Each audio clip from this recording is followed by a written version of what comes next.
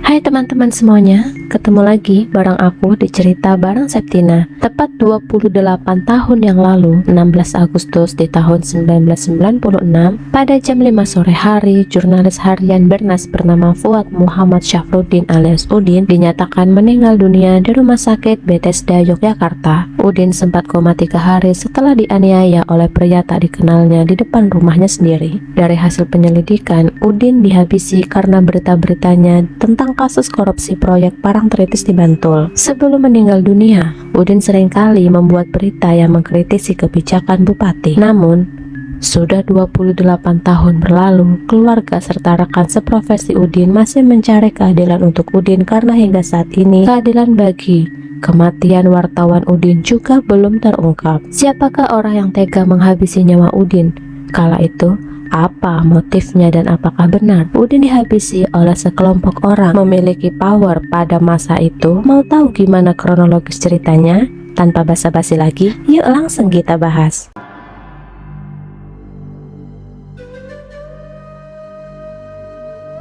Udin, yang punya nama lengkap Fuad Muhammad Syafruddin, lahir pada tanggal 18 Februari 1964 dan meninggal pada tanggal 16 Agustus 1996. Beliau berprofesi sebagai wartawan Bernas asal Yogyakarta. Semasa bekerja sebagai wartawan, Udin sudah banyak menulis laporan yang membuat telinga penguasa panas. Sebelum meninggal, Udin disibukkan dengan peliputan pemilihan Bupati Bantul untuk masa jabatan 1996 hingga 2001. Udin mengikuti tiap perkembangan peristiwa dengan seksama. Pemilihan saat itu dianggap alot dan rumit. Pasalnya, terdapat 3 calon yang maju dan semuanya berlatar belakang militer. Ada salah satu calon yang mencolok, ialah Sang Pertahanan Sri Roso Sudarmo. Keikutsertaan Sri Roso sebetulnya cukup mengejutkan bagi masyarakat Yogyakarta. Pasalnya, menurut Danrem 072 Pamungkas Kolonel Infanteri Abdul Rahman Gofar, Sri Roso bakal dipindah tugaskan ke daerah lain pada waktu itu. Tapi, entah mengapa yang terjadi saat itu justru sebaliknya. Masuknya kembali Sri Roso ke pemilihan bupati memicu wartawan Udin untuk membongkar borok pemerintahan di tahun itu. Selama memegang kendali kekuasaan, Sri Roso dianggap tidak kompeten dan penuh praktik KKN, korupsi, kolusi, dan juga nepotisme. Maka jadilah laporan-laporan yang sangat kritis seperti 3 kolonel ramaikan bursa calon Bupati Bantul yang ditulis oleh wartawan Udin. Laporan Udin juga menampar Orde Baru yang kala itu telah berada di ujung akhir kekuasaan. Laporan yang paling bikin gempar adalah surat kaleng yang menuturkan bahwa ada calon bupati yang diduga kuat bakal memberikan dana sebesar 1 miliar rupiah kepada Yayasan Darmis milik Soeharto. Walaupun tidak dijelaskan siapa calon yang dimaksud, belakangan ini jelas bahwa sosok tersebut adalah Sri Roso. Hal ini dibuktikan dengan penemuan surat pernyataan bersegel yang ditulis dan ditandatangani oleh Sri Roso. Surat tersebut menjelaskan bahwa Sri Roso setuju membantu pendanaan Yayasan Darmais apabila terpilih sebagai Bupati Bantul periode 1996 hingga 2001. Udin bukannya tak khawatir dengan semua laporan yang ditulisnya. Ia sadar sedang melawan orang yang berpower pada masa itu. Berkali-kali Udin sadar tengah diikuti orang tak dikenal yang mengawasi gerak-geriknya. Namun rasa takut tak menghentikan niat Udin untuk menulis dan menyebarkan kebenaran kepada publik. Kebenaran itu pula yang menuntunnya pada laporan terakhir tentang dugaan kasus korupsi pembangunan jalan. Berita yang ditulis Udin diberi judul Proyek Jalan 2 km hanya digarap 1,5 kilometer. Tulisan Udin tersebut terbit sehari sebelum Udin dinyatakan meninggal. Isi laporannya membuka satu persatu kejanggalan proyek peningkatan jalan di ruas Taman Tirto, Pengkolan, Kasihan, Bantul.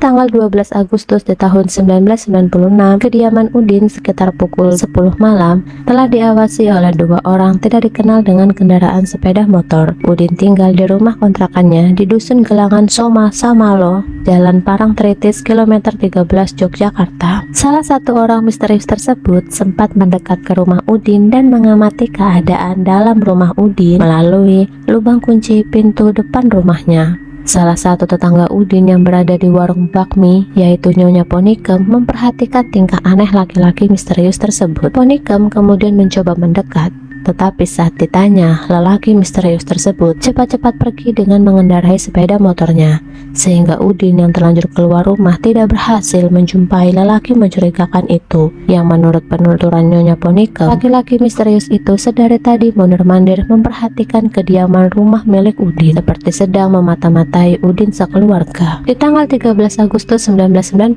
pada hari Selasa malam sekitar pukul 11 malam, pintu rumah Udin diketuk orang misterius yang tadi diketahui. Udin yang saat itu telah terlelap tidur lalu terbangun dan membukakan pintu dan menerima tamu tak dikenal itu untuk masuk ke dalam ruang tamu rumahnya. Istrinya yang ikut terbangun membuatkan teh untuk dihidangkan ke tamu itu. Namun hanya sekejap mereka berbicara, tamu Udin tersebut langsung memukul kepala Udin dengan menggunakan besi hingga Udin jatuh tersungkur. Istrinya Marsiam yang sedang berada di dapur tidak mengetahui ada kejadian mengerikan itu. Marsiam yang kala itu mengantarkan teh kaget ketika tahu suaminya sudah tergeletak di ruang tamu dengan bagian kepala dan telinganya sudah mengeluarkan noda merah yang sangat banyak dan deras mengalir di lantai ruang tamunya. Marsiam, istri Udin kala itu berteriak meminta tolong kepada para tetangga. Tidak berselang lama, tetangga datang ke rumah Udin dan mereka melihat Udin sudah tergeletak bersimpah noda merah di lantai ruang tamunya. Keluarga dan tetangga Udin langsung membawa Udin ke rumah sakit terdekat. Namun, mengingat kondisi Udin yang cukup parah, Udin dirujuk ke Rumah Sakit Bethesda, Yogyakarta. Di tanggal 14 Agustus sekitar pukul 8 pagi, di Rumah Sakit Bethesda, Yogyakarta, Udin menjalani operasi karena terjadi pendarahan hebat di bagian kepalanya akibat penganiayaan hebat yang dialami Udin malam itu. Sayangnya, di tanggal 16 Agustus 1996 pada hari Jumat sekitar pukul jam 5 sore hari, tim medis Rumah Sakit Bethesda menyatakan Udin meninggal dunia setelah 3 hari berjuang melawan maut tanpa pernah sadarkan diri. Malamnya sekitar pukul setengah 12 malam, jenazah Udin disemayamkan sebentar di kantor harian Bernas untuk mendapatkan penghormatan terakhir dari rekan-rekan profesinya. Dan di tanggal 17 Agustus, jenazah Udin dimakamkan secara umum di tempat pemakaman umum Trirenggo, Bantul, tepat pada saat bangsa Indonesia merayakan peringatan hari ulang tahunnya ke-51. Sebelum peristiwa mengenaskan itu terjadi, beberapa kejadian tidak biasa pernah terjadi sebelumnya. Sekitar pukul 9 malam, di kantor harian Bernas, Udin menemui seorang tamu yang sebelumnya ingin menemui Joko Mulyono. Lelaki tersebut mengaku sebagai kaur pemerintah desa Wirokerten, Bantul, dan kedatangannya untuk mengurus tanah. Tetapi setelah pertemuan singkat itu, Udin terlihat sangat gelisah di kantor. Setelah pukul setengah 10 malam, Udin selesai menulis berita. Udin bergegas pulang ke Bantul dengan Honda Tiger 2000 warna merah hati. Belakangan, orang yang ditemui Udin tersebut adalah Hatta Sunanto, anggota DPRD Bantul, dan adiknya Sukrisno, kaur pemerintah desa Wirokerten, Bantul, serta ditemani seorang calo tanah bernama Suwandi. Setelah kematian Udin kala itu, Yogyakarta mengalami kondisi yang panas sebab banyak di antara media-media massa seperti koran, radio, televisi nasional, dan sahabat wartawan Udin ikut menyuarakan kematian yang menimpa Udin kala itu. Bahkan semua lapisan masyarakat bersatu meminta agar kasus Udin diusut tuntas. Bahkan baleho, poster, surat kabar harian semua kala itu memberitakan tentang Udin yang meminta agar kasus Udin diusut tuntas dan pelaku segera diadili. Karangan bunga berisi belang sungkawa dan baleho serta poster Udin dipasang di hampir semua jalan di daerah Yogyakarta kala itu. Bahkan Sri Sultan Hamengkubuwono ke-10, Pangdam 4 Diponegoro, Kapolda Jawa Tengah hingga Yogyakarta, dan semua penjabat pemerintahan meminta kasus Udin diusut tuntas, dan siapapun yang terlibat dalam kasus ini harus diproses secara hukum. Di tanggal 19 Agustus 1996, sekitar pukul 8 malam, Serma Edi Wuryanto ditemani 2 anggota Polres Bantul berangkat dari Mapolres Bantul ke kediaman orang tua Udin di Gedongan Trirenggo, Bantul. Mereka bertiga adalah penyidik yang ditugaskan oleh kepolisian untuk mengusut tuntas kasus kematian wartawan Udin. Mereka bertiga bermaksud meminjam sisa darah operasi Udin yang tidak ikut dikubur bersama jenazah Udin kala itu. Serma Edi Wuryanto mengatakan darah itu akan dipakai untuk kepentingan pengusutan dengan cara supranatural, yaitu akan dilarutkan ke Laut Selatan. Pada saat itu, keluarga tanpa menaruh curiga apapun lalu memberikan sampel darah Udin yang tujuannya memang untuk penyidikan. Tapi anehnya, setelah 13 hari berlalu, tepatnya di tanggal 26 Agustus sekitar pukul 9 pagi, tempat kejadian perkara atau TKP di rumah Udin baru diberi garis polisi setelah 13 hari kejadian pembunuhan tersebut berlalu, di mana TKP sudah banyak orang dari warga, wartawan, kerabat, polisi, bahkan pihak yang tak dikenal sudah wirawiri di sekitaran TKP. Takutkan barang bukti yang tersisa dan juga jejak dari pelaku sudah rusak. Tapi setelah 13 hari dari kejadian barulah dipasang garis polisi. Dan ini membuat keluarga bertanya-tanya. Dan yang lebih mengherankan lagi, setelah 1 hari dari kejadian tersebut, kurang lebih sekitar 25 jam, garis polisi yang sudah dipasang itu dicabut oleh polisi. Di tanggal 2 September, Kapolda Jawa Tengah, Maijen Pol Harimas, menyatakan pihak kepolisian sudah memiliki identitas lengkap pelaku kasus pembunuhan Udin. Menurut Marsiem, istri Udin, kasus yang melibatkan kematian suaminya tidak sesederhana itu. Karena menurut Marsiem, istri Udin, kasus ini seakan-akan menemui titik buntu. Karena itulah Marsiem meminta bantuan hukum di Yogyakarta. Di kantor LBH Yogyakarta, Marsiem mengatakan selama ini dirinya dipojokkan polisi agar mau mengakui adanya masalah perselingkuhan dalam keluarganya. Menurut Marsiem, kasus kematian suaminya sengaja dibelokkan ke masalah pribadi. Namun Marsiem dengan tegas mengatakan dirinya tak pernah berselingkuh dari Udin suaminya. Dan kenapa juga kasus kematian suaminya dikaitkan dengan kasus pribadi? Seorang seniman lukisan asal Yogyakarta berhasil membuat sketsa wajah pembunuh Udin. Dari keterangan Marsiem, sketsa wajah itu menurut Marsiem istri Udin 90% mirip atau mendekati wajah asli sang pembunuh, dan sketsa tersebut diserahkan kepada penyidik untuk mendalami kematian Udin. Dan di tanggal 24 September 1996, Persatuan Wartawan Indonesia melalui PWI Cabang Yogyakarta mengirimkan surat ke WPI Pusat disertai lampiran temuan tim pencari fakta PWI Yogyakarta soal kasus Udin. Pengiriman berkas tersebut dimaksudkan agar kasus Udin ditindaklanjuti pengusutannya oleh Komnas HAM dan Mabes Polri. Pernyataan tersebut disambut baik oleh Kapolwil Daerah Istimewa Yogyakarta. Namun, sudah berminggu-minggu kasus Udin berlalu. Siapa dalang dibalik kematian Udin pada saat itu juga belum terungkap. Ditambah lagi, ada kabar yang tidak jelas tentang kematian Udin yang mengatakan bahwa Udin dihabisi oleh selingkuhan istrinya, dan kemarahan serta desakan masyarakat dari semua wilayah dan pihak pada waktu itu desak kepolisian untuk menuntaskan kasus Udin. Karena menurut masyarakat menilai kasus Udin bukanlah kasus kehilangan nyawa biasa, melainkan ada sebuah kasus besar yang ditutup-tutupi. Ada pihak-pihak tertentu yang tampaknya mencoba mengalihkan kasus ini. Seorang perempuan, Tri Sumaryani, mengaku akan diberi apapun yang dia minta oleh Kuncoro, keponakan Bupati Bantul, sebagai imbalan untuk mengaku bahwa Udin melakukan hubungan gelap dengan Tri Sumaryani. Tri Sumaryani menyangkal itu karena dia hanya pernah menjadi pacar Fauzan, adik Udin, tapi saat itu tidak ada hubungan apa-apa lagi. Fauzan juga tidak pernah cekcok dengan Udin karena dia tahu Udin tidak pernah berpacaran dengan Tri Sumaryani, apalagi mengenalnya. Tidak berhasil menggunakan cara ini, para oknum itu berusaha mencari kambing hitam lainnya untuk dijadikan sasaran utama pelaku kasus kematian Udin. Salah satunya adalah Dwi Sumaji alias Iwik, warga Kafling Panasan Triharjo Sleman, dan supir di CV Dimas Advertising Sleman. Iwik diculik di perempatan Beran Sleman, kemudian dibawa ke Parangtritis di Hotel Queen of the South Parangtritis. Iwik disuruh mengaku sebagai otak pembunuhan Udin oleh Franky. Franky sendiri adalah serma polisi Edi Wuryanto. Franky adalah nama panggilannya. Sebelumnya di Losmen Agung Parangtritis, Iwik dicekoki minuman keras hingga mabuk. Kemudian disediakan wanita-wanita cantik dan diberi janji-janji muluk soal pekerjaan, uang, jaminan hidup keluarganya. Sebelumnya, Iwik dijebak oleh Franky dengan alasan diajak bisnis biliar. Setelah ketemu Franky atau serma Pol Edi Wuryanto, Franky justru tidak pernah membahas bisnis ini. Franky justru memberikan iming-iming kehidupan enak dengan cara menjadi kambing hitam di kasus Udin. Setelah mendengarkan janji-janji manis Frankie, awalnya Iwik mau menerima suruhan dari Frankie dan mengaku sebagai orang yang menghabisi Udin malam itu.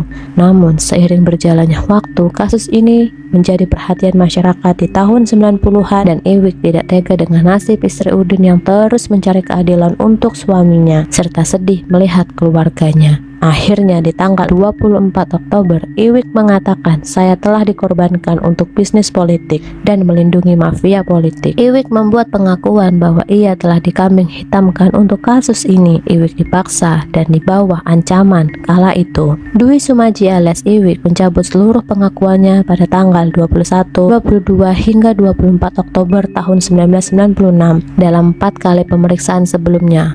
Pencabutan pengakuan Iwik sebagai pelaku pembunuhan Udin, Iwik kala itu merasa terpaksa dirinya hanya korban rekayasa dan pengakuan yang dulu dibuatnya di kepolisian karena ia berada di bawah ancaman, tekanan, dan paksaan pihak-pihak oknum kepolisian alias Serma Pol Edi Wuryanto. Dan di tanggal 26 Oktober di tahun 1996, Nyonya Sunarti istri Iwik mengadu ke Komnas HAM dan Kapolri atas penangkapan Iwik suaminya. Setelah menerima pengaduan dari Sunarti istri Iwik, Komnas HAM membuat kesimpulan penting setelah mengadakan investigasi lapangan yang menyatakan bahwa semua proses penangkapan Iwik telah terjadi pelanggaran hak asasi manusia sebab dilakukan dengan cara-cara yang tidak etis. Penyitaan barang bukti milik Iwik menurut Komnas HAM juga dilakukan secara spekulatif dan terlalu dipaksakan. Di saat yang bersamaan, Polda Daerah Istimewa Yogyakarta menyerahkan berkas acara pemeriksaan BAP Iwik ke Kejaksaan Tinggi Yogyakarta. Berbagai kalangan mengkritik penyidikan itu karena menurut masyarakat terlalu memaksakan kehendaknya untuk menyerahkan BAP Iwik yang tidak sempurna itu. Di tanggal 9 Desembernya, Polda menggelar rekonstruksi kasus pembunuhan Udin di TKP dengan menghadirkan paksa Iwik, tetapi Iwik berontak dan histeris saat dipaksa penyidik Polda Daerah Istimewa Yogyakarta untuk memerankan diri sebagai pelaku pembunuhan Udin. Udin berteriak mengatakan, "Saya bukanlah pelaku di balik pembunuhan Udin. Saya dikambing hitamkan oleh orang-orang yang berpower kala itu." Di tanggal 18 Desember, Iwik dilepas dari tahanan Polda dan penahanannya ditangguhkan. Mengingat masa penahanan telah habis dan penyidik juga belum memberikan bukti yang konkret bahwa Iwiklah pelaku di balik kematian Udin. Tanggal 29 Juli di tahun 1997, Iwik mulai disidangkan dengan acara pemeriksaan terdakwa dan pembacaan surat dakwaan. Iwik didakwa melakukan pembunuhan berencana terhadap Udin dengan motif perselingkuhan. Iwik diancam dengan hukuman mati. Dan di tanggal 5 Agustusnya, Iwik dan penasehat hukumnya membacakan eksepsi. Dalam eksepsinya, Iwik mengungkapkan dirinya hanya korban rekayasa orang bernama Frankie alias Serma Pol Edi Wuryanto untuk kepentingan bisnis politik dan melindungi Bupati Bantul kala itu. Di tanggal 2 Septembernya, dalam persidangan, Marsiem, saksi kunci dari kasus pembunuhan Udin yang tak lain dan tak bukan adalah suaminya, dengan histeris menyatakan bahwa pelaku pembunuhan Udin bukanlah Dwi Sumaji alias Iwik. Dan sketsa gambar yang dibuat berdasarkan keterangan saksi istri Udin dan tetangga Udin bahwa wajah pelaku sangat berbeda dengan wajah Iwik yang diduga sebagai pelaku pembunuhan Udin. Saksi Sunarti, istri Iwik, menerangkan bahwa Iwik pada malam kejadian pembunuhan Udin tidur bersama dirinya di rumah. Sepulang kerja, Iwik tidak pernah pergi kemana-mana. Alibi ini juga didukung dengan tetangga Iwik yang bernama Heri Karyono dan Gunarso Wibowo yang mengatakan bertemu Iwik di teras rumahnya tidak berselang lama dengan kejadian penganiayaan Udin di Bantul. Jadi pada saat dimana Udin meninggal, Iwik berada di rumah bersama istrinya.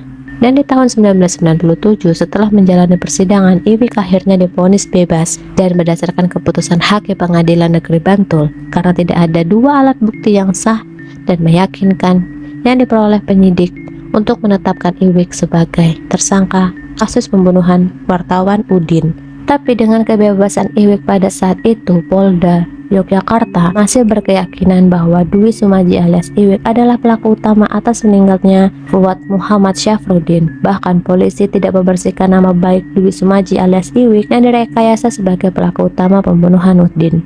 Kesal dengan tuduhan itu yang terus menempel dengan namanya, Dwi Sumaji alias Iwik menggugat Kepala Kepolisian Daerah Istimewa Yogyakarta. Gugatan itu disidangkan di Pengadilan Negeri Sleman dan vonis gugatan Iwik dibacakan pada hari Rabu tanggal 18 Juni 2014. Hakim mengabulkan sebagian gugatannya yang dari isi gugatan tersebut bahwa Iwik ingin dibersihkan namanya atas tuduhan di balik peristiwa kematian wartawan Udin. Kini Iwik tidak lagi menyandang predikat tersangka. Polda juga dihukum oleh majelis hakim untuk membayar ganti rugi sebesar 16.281.000. Lalu, siapa pelaku pembunuhan wartawan Udin? Masih ingatkah kalian dengan salah satu oknum polisi yang meminjam sampel darah Udin kepada keluarga Udin?